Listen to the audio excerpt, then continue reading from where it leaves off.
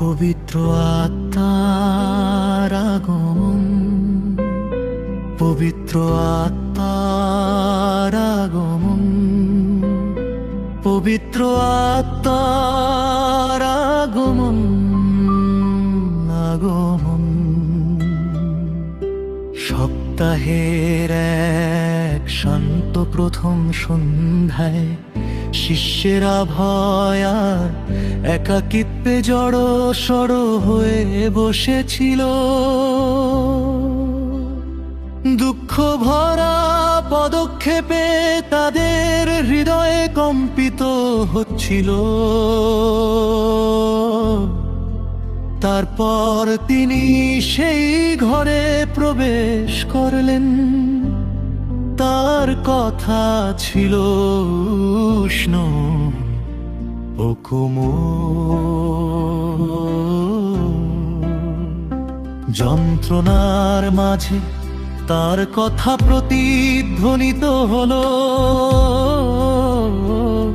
তার হাতে তখনও পেরেক বিদ্ধ হওয়ার চিহ্ন, তার পাশে তখনও সেই তীক্ষ্ণ ক্ষতচিহ্ন। তোমাদের উপর শান্তি বর্ষিত হোক। পিতা যেমন আমাকে পাঠিয়েছেন, তিনি তাদের উপর পবিত্র আত্মা ফুঁকে দিলেন। পবিত্র কর্ম গ্রহণ করো।